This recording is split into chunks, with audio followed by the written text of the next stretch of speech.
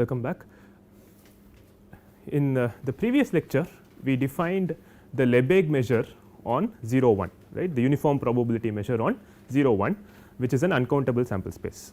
We also defined on the real line the Lebesgue measure, which formalizes the notion of length, right. So, these two measures are, so the Lebesgue measure on 0 1 is a probability measure, and the Lebesgue measure on R is not a probability measure, it is just it is an infinite measure, and both these are defined on the corresponding Borel sigma algebras on 0 1 or the real line, which are generated by open intervals. Today we will consider another uncountable sample space.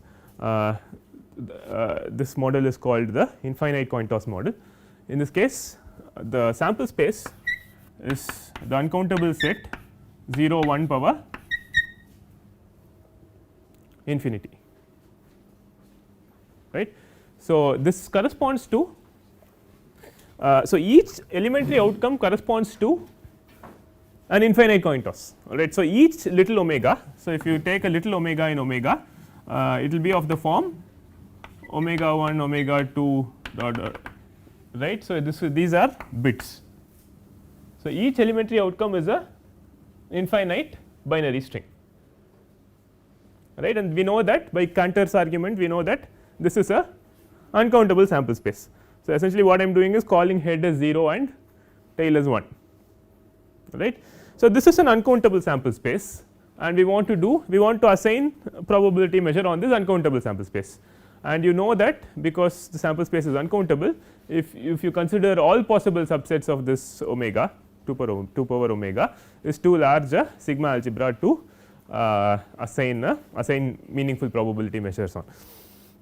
So, we have to again settle for some smaller sigma algebra only consisting of those subsets of omega which are in some sense of interest to us, and then we will try and then what we will do is once we define an appropriate sigma algebra on omega, we will assign a probability measure what we like to be a uniform probability measure on this omega, right. Ideally what we want is that no particular string being preferred over any other particular string, right. That is the kind of we want intuitively we want an uniform measure on the space, right. So, that is what we are building towards. Okay. So, this is also a very canonical probability uncountable probability space, okay. And in some sense you can prove that what I am going to say is has very close correspondence to the Borel measure on Borel sigma algebra and Lebesgue measure on 0 1, okay, if you write it as binary strings, right. So, it is fairly close to what we have done, but because it is in the language of coin tosses the flavor is a little different. Okay. Okay, so far okay. So, you have each outcome is a infinite binary string, all right.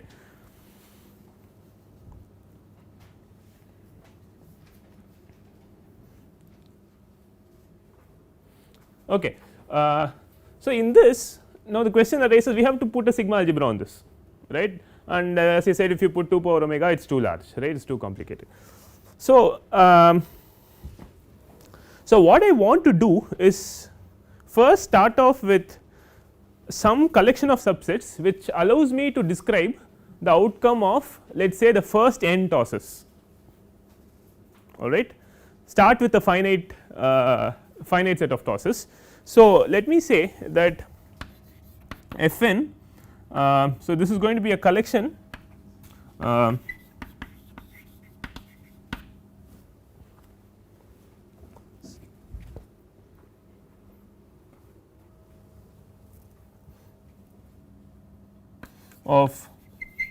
subsets of omega whose occurrence can be decided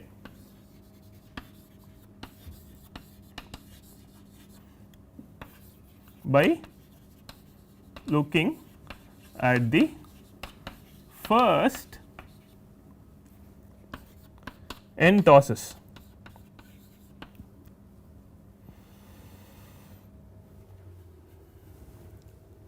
Okay, so, I have not really called it an event, note I have only called it a subset of omega, right. I have not yet built my sigma algebra on this. So, I have deliberately avoided calling it the collection of events, right, because by event I mean something very precise, right, I mean f measurable sets. So, this f n consists of, so f n consists of collections of subsets of omega, right. Omega itself is all these binary strings, infinite binary strings, and all possible you take a certain collection of subsets of omega whose occurrence or non occurrence can be decided based only on the first n outcome, n first n coin tosses of any outcome, right. So, by this I mean, so if I want to ask, let us say an example, let me see. So, I want, let us say I am interested in whether or not so for example, I am going to look at least 2 heads in the first 10 tosses. Okay. This is something I am interested in, let us say. I want to know if there are at least 2 heads in the first. So, I have an elementary outcome which has an infinite bit string. Okay. I am looking at the first 10 bits and asking if there are at least 2 heads in it, correct. So, this is so if you call this event some E or something, then E is an element of f 10, correct, because I can decide whether E occurs or not by looking at the first 10 tosses, right. So, this is what I am looking, this is what f n contains, right. It contains all those subsets of omega whose occurrence or non occurrence can be decided for certain by looking at only the first 10 tosses. Okay. So, this is a little bit of an English definition, I will give a little more of a formal definition now. So, one thing that is immediately clear is that something that can be decided in 10 tosses can also be decided in 11 tosses, right. So, if some E is an element of f n, it is necessarily an element of f n plus 1, f n plus 2 and so on. So, if you can call whether an event occurred or not in 10 tosses, you can do so in 20 tosses, no big deal, right. So, these are all nested, right. So, I will write that down.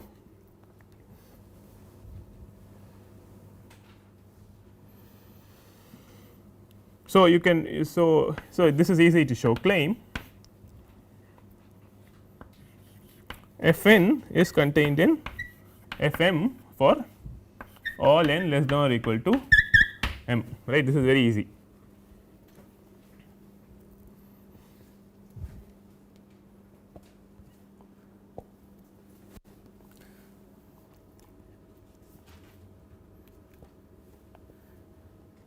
Okay. So, this is, so I have defined f n in a certain colloquial kind of a way.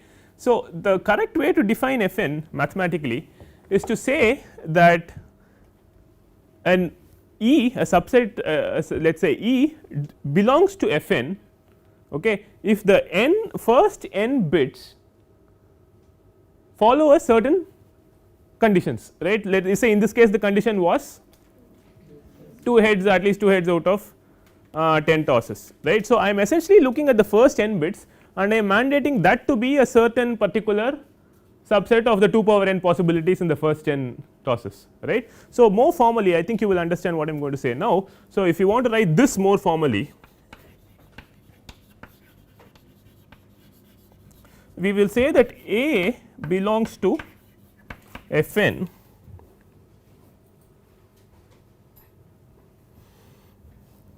if there exists some A, I will write A superscript n, that is a subset of 0 1 power n such that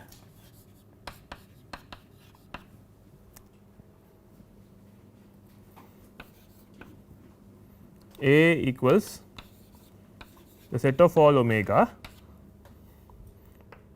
for which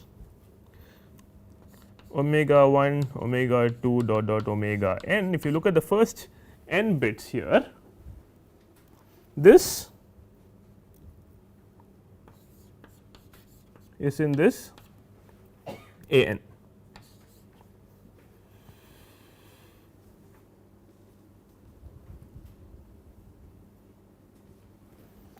So, is this clear? So, I am this A indexed by I am superscripting by n.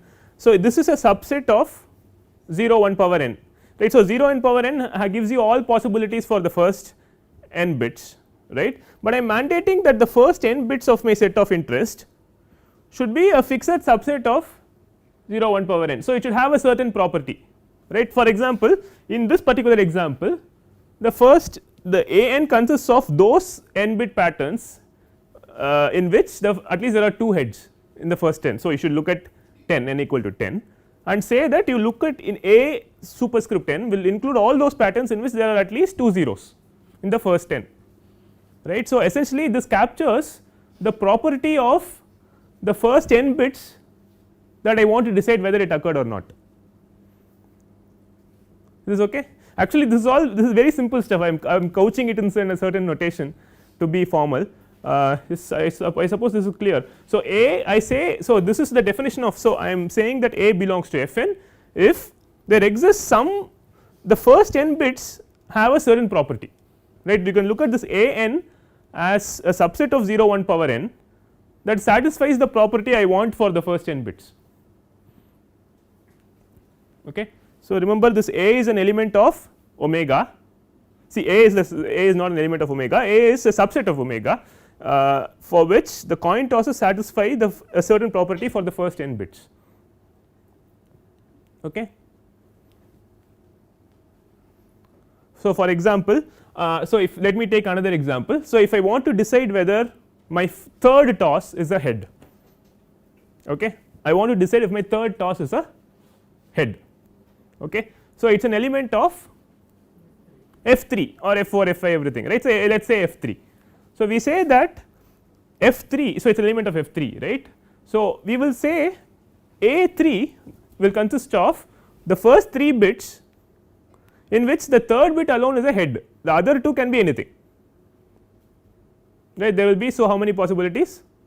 4 possibilities, right. The third bit is fixed as head, the first 2 can be anything. So, this A superscript 3 will consist of those 4 strings of triples, right, 3 bits.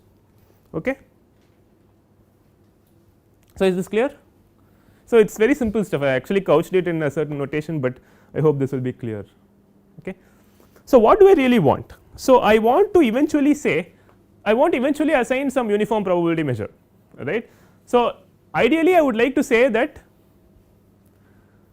as a particular n bit pattern should have probability 1 by 2 power n, right, that is what I want to say. So, I want to say that each bit being 0 or 1 should be probability half, and some any string of a particular string of n bits should have probability 1 by 2 power n, right, that is what I want to say, right. But on the other hand, I have to put a proper sigma algebra on it and do it formally, right, that is what we are building towards.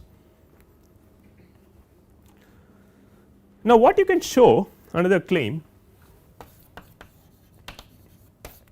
f n is a sigma algebra. You can show this, okay, you try this as a homework. So, f n, the set of all events whose occurrence or non occurrence can be decided in at most n tosses, right, is a sigma algebra. Okay, you can prove it. Okay. Try this as a homework. Now, given that f n is already a sigma algebra, one might be tempted to say that my measurable space should be omega comma f n, right. So, if I take a big n, right, let us say I take n equal to some million, right. So, I take some very big n and I say omega comma f n is going to be my sigma algebra. It is a valid measurable space. So, I can put some probability measure on it to say that any n bit pattern has probability 1 by 2 power n, right. The problem with doing that, so if you take, so if we take let us say omega comma f n as a measurable space,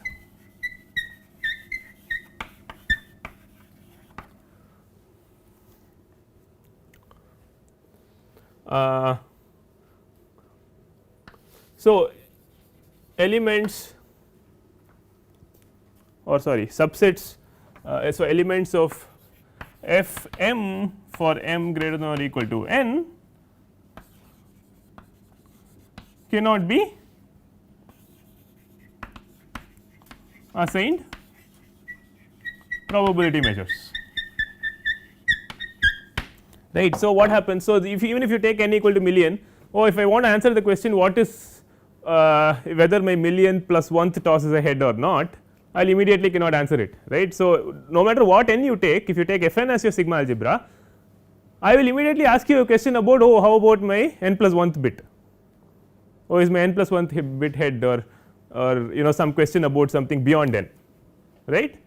So, then you will not be able to answer it, because I am only taking events in elements of f n as my measurable sets, right.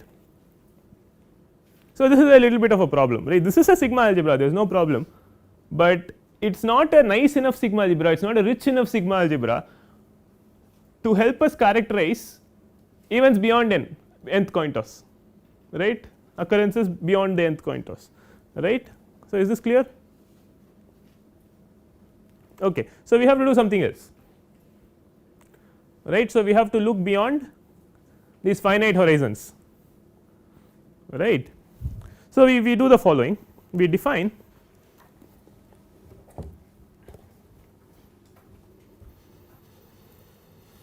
so let us define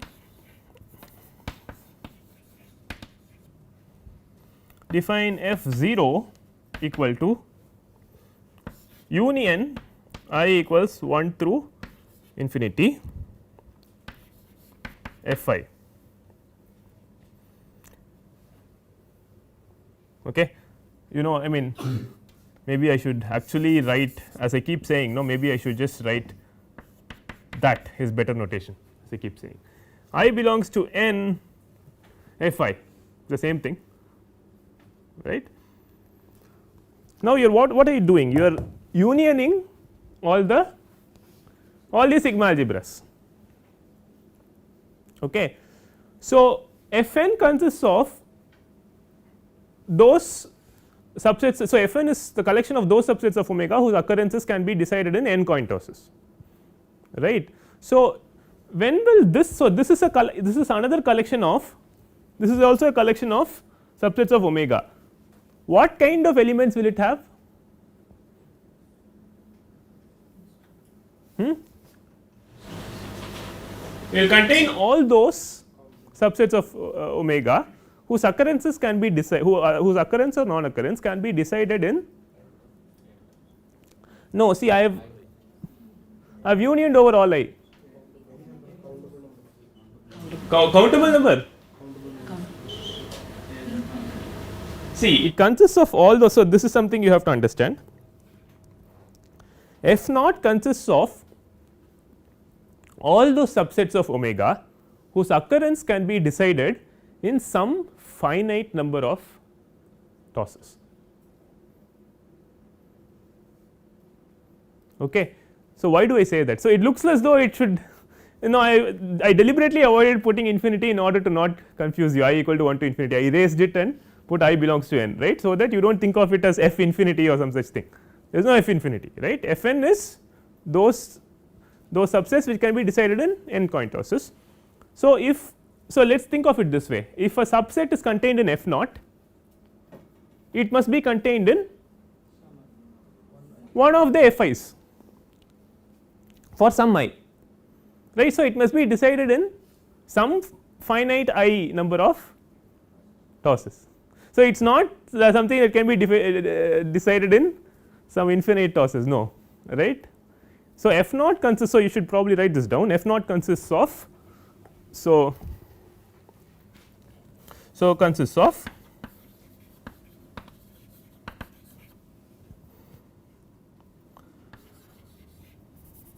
all subsets of omega which can be decided in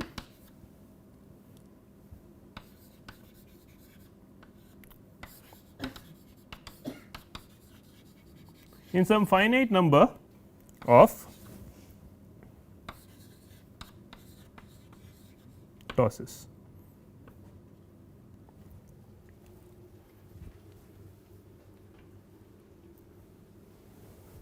So, this is the important bit in some finite number of tosses.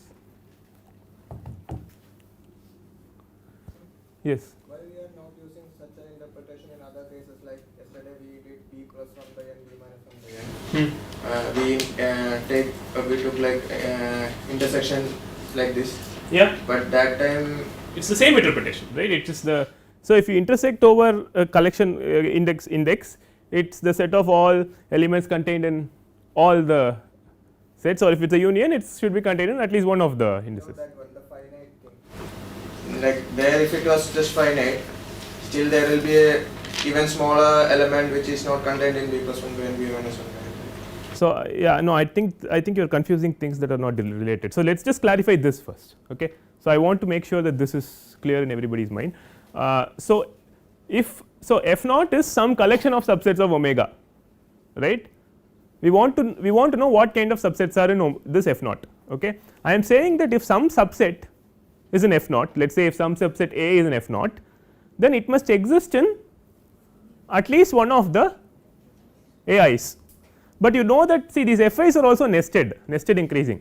So, if it's, so it must be in one of the FIs, let us say if it's, let us say it's in Fj, then it will be in Fj plus 1, Fj plus 2 and so on, that is because of the nested structure.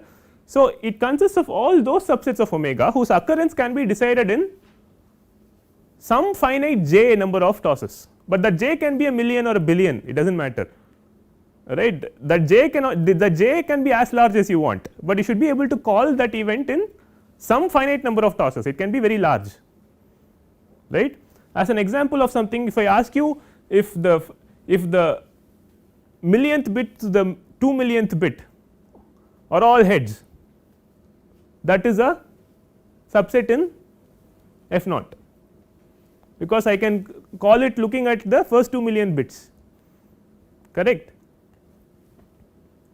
Can somebody think of an example of something that is not contained in f naught?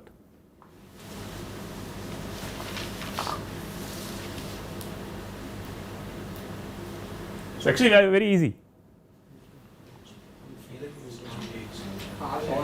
All heads, right. This, whether my string is all heads, which is all zeros, cannot be called looking at f naught, correct, because f naught consists of those events which can be called in some finite number of tosses, but whether it is all heads, I can never stop looking at it beyond a point, right. I mean, I have to look at everything, right. So, an example of something that is not contained in f naught is whether my sequence is all head sequence, or if I want to answer if all my odd tosses are tails, first toss, third toss, fifth toss, if they are all tails, that is what I want to know, that is also not contained in f naught,